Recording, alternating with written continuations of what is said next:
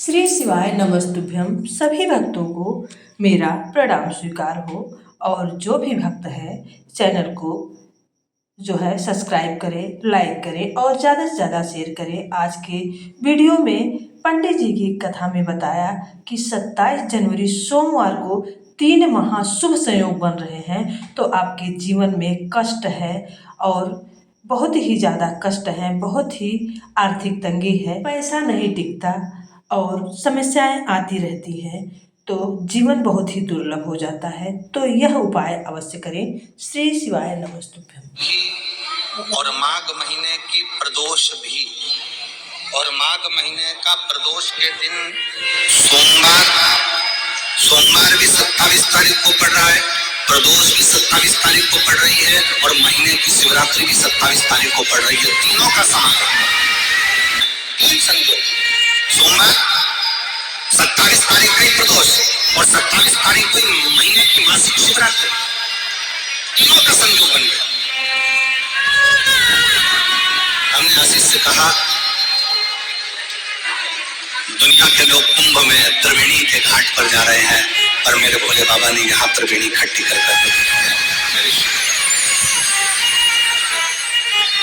संजोग। एक निवेदन सभी श्रोता बहन भाइयों से, कथा आस्था चैनल पर जो सुन रहे हैं, फेसबुक पर जो सुन रहे हैं और पंडाल में बैठकर, जिस दिन दिल से हारो ना, थोड़ी तकलीफों में अगर गिर जाओ, तकलीफें आ जाए, कष्ट आ जाए, तकलीफें जिस दिन तुम्हारे भीतर बहुत ज्यादा मात्रा में आ जाए, उस दिन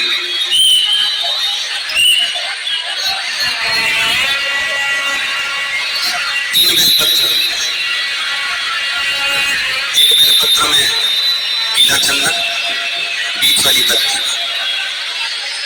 जिस दिन तुम्हें लगे कि मैं बहुत दुखी चल रही हूँ और मेरा काम हो ही नहीं रहा, बहुत तकलीफ की जिंदगी चल रही है, कोई हाथ पकड़ने वाला नहीं है, कोई संभालने वाला नहीं है और बहुत तकलीफ हो, बहुत तकलीफ। उस समय पर एक बेलपत्री के बीच वाली पत्ती पर पीला चंदन, दूसरी पत्ती पर लाल चंदन और तीसरी पत्ती पर 11 चावल गीले, पानी में उसको थोड़ा सा भिगो ले या धो ले, 11 चावल गीले शिवजी की उस पत्ती पर रखें। सबसे पहला पीला चंदन का बेलपत्र, दूसरे नंबर पर लाल चंदन का बेलपत्र, तीसरे नंबर पर जो 11 चावल आपने धोकर रखे हैं वो हाथ की हथेली में रखना है और हाथ की हथेली में रखकर अपनी कामना कर कर भगवान शंकर से विनय कर कर पंचाक्षर मंत्र नमः शिवाय या षडाक्षर मंत्र ओम नमः शिवाय या श्री शिवाय नमस्तुभ्यम बोलकर उस बेलपत्र पर सीधे हाथ में रखकर उल्टे हाथ का स्पर्श कर कर बाबा से अपने मन के भाव कर कर शंकर के शिवलिंग पर उसे समर्पित करना। एक ही लोटा जल, जहां से जल बहता है अशोक सुंदरी वाली जगह, एक ही लोटा जल जहां से जल बहता है उस जल बहने वाली जगह पर 3 बार उस जल को अपनी कामना कर कर श्री शिवाय नमस्तुभ्यम या पंचाक्षर मंत्र या षडाक्षर मंत्र बोलकर 3 बार उस स्थान पर गिरा दीजिए। गिराने के बाद में बाबा से विनय कर कर अक्षत वाली जो बेलपत्र है, एक बेलपत्र और एक अक्षत उसमें से अपने लिए लेकर आ जाओ। उसको 2 महीना 3 महीना अपने घर में रखिए। जितना भी दुख है धीरे धीरे बाबा समाप्त कर कर खुशियां घर में लेकर आता है। दुख समाप्त होगा, खुशियां घर में आएगी। ये आज जो शंकर के शिवलिंग की आराधना करेगा, पूजन करेगा, उसके घर में 2 देवियां सदा सदा विराजमान रहेंगी। पहली सरस्वती, दूसरे नंबर पर लक्ष्मी उनके घर में सदा। लिली का फूल होता है, शायद मुझे उम्मीद है कि आप सब जानते होंगे। लिली का फूल होता है, जिसको जायसवाल या गूलर का फूल भी कहते हैं, घंटी वाला फूल भी कहते हैं, लाल कलर का होता है। काय का बोलते हैं इधर? गूलर, गूलर का फूल, जायसवाल का फूल लाल कलर का होता है, जिसमें घंटी निकली रहती है छोटी सी, इसमें पीले पीले पीले पीले दाने रहते। मान लो बेटा बेटी, कोई लड़का लड़कियां, कोई बेटा बेटी, नवयुवक बच्चे या बहुएं या कोई अन्य व्यक्ति भी कोई कार्य चालू कर रहा है। मान लो कोई कार्य आप चालू कर रहे हैं, एजुकेशन के लिए पढ़ रहे हैं, या आपने कोई लक्ष्य बनाया है कि मुझे इस कंपटीशन एग्जाम में बैठना, इस कंपटीशन एग्जाम में बैठना और मेरा इसमें पास होना जरूरी है, और मैं जो चीज पढ़ती हूँ ना मैं भूल जाती हूँ, मैं ध्यान करता हूँ और भूल जाता हूँ। कई माताएं भी ऐसी हैं 40, 45, 50 साल, 60 साल की हो गई, 60, 70 साल की हो रही है, कई बार कह देती है मेरी याददाश्त ठीक नहीं है, मैं कोई सामान रखती हूँ भूल जाती हूँ, मेरी याददाश्त में नहीं। कोई भाई लोग कह देते हैं मेरी याददाश्त में नहीं, तुम भूल जाता हूँ। कोई क्या कर गया, मुझसे बात कर लेना और मैं भूल गया कि मेरे को उससे बात करना था। कई बार मुझे मेरी मंजिल तक पहुंचना। तो महापुराण की कथा कहती है आप अपने परिश्रम को 4 गुना बढ़ाओ, मेहनत 4 गुना करो, पढ़ाई 4 गुना करो, अध्ययन 4 गुना करो, दिन रात एक कर दो। और साथ में जो अशोक सुंदरी की जगह है, ये शिवलिंग समझ लेना जरा, ये जलाधारी पार्वती जी का हस्त कमल, ये शिवलिंग, ये जलाधारी, और यहाँ से जल बहता है। राइट में गणेश जी, लेफ्ट में कार्तिकेय जी, और बीच में जम के बोलो जरा अशोक सुंदरी, ये बीच की जगह। जो घंटी वाला फूल होता है जिसको आप लोग जायसवाल बोले कि आपके क्षेत्र में गुलर बोले, देवी जी को चढ़ता है। देवी जी का तिप्पी पुष्प, माता रानी का गुलाल पुष्प तिप्पी, उसी पुष्प को ये बेलपत्र की जो डंडी होती है, बेलपत्र की जो डंडी का भाग होता है, उस घंटी का भाग उसी डंडी की ओर होना चाहिए।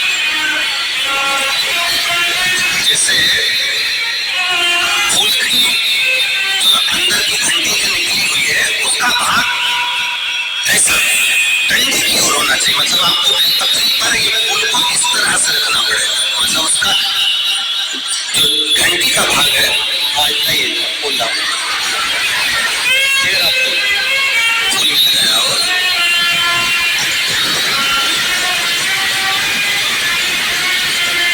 फूल मिल गया, भारत में फूल जल्दी मिल भी जाता है। अब ये फूल और इस फूल की जो घंटी का भाग है वो इस डंडी की ओर हो, हमारा डंडी के साइड। अपनी कामना कर कर, अपना नाम और गोत्र का स्मरण कर कर, शिव जी से अपने मन का भाव बोलकर इस फूल को और इस बेलपत्र को 12 महीने शिवरात्रि पड़ती है। किसी भी शिवरात्रि पर अशोक सुंदरी वाली जगह पर शंकर के शिवलिंग की ओर जो अशोक सुंदरी की जगह है वहां पर डंडी और घंटी का मुख शिवलिंग की ओर होते हुए उस बेलपत्र को समर्पित करो। कब करना है? पहले 1 लोटा जल समर्पित कर कर, फिर ये बेलपत्र अपनी कामना कर कर, बाबा से विनय कर कर, बाबा मेरा ये कंपटीशन एग्जाम है, मैं पढ़ूंगी, 4 गुना मेहनत करो, अध्ययन करो, अच्छी पढ़ाई करो, दिल से पढ़ो, रात दिन एक कर दो, और ये घंटी का पुष्प, एक बेलपत्र, जब तक तुम्हारा एग्जाम ना आए, 4 महीना, 5 महीना, 3 महीना, प्रत्येक शिवरात्रि, हर महीने शिवरात्रि आती है, प्रत्येक शिवरात्रि पर समर्पित करो। आप अपने लक्ष्य तक पहुंचोगे, ही कोई रोक नहीं सकता। आप अपने लक्ष्य तक पहुंच ही जाओ। सोमवार की प्रदोष पड़ती है तो शंकर भगवान कैलाश पर निवास करते हैं, हमारे यहाँ कहते हैं सोमवार की जो प्रदोष पड़ती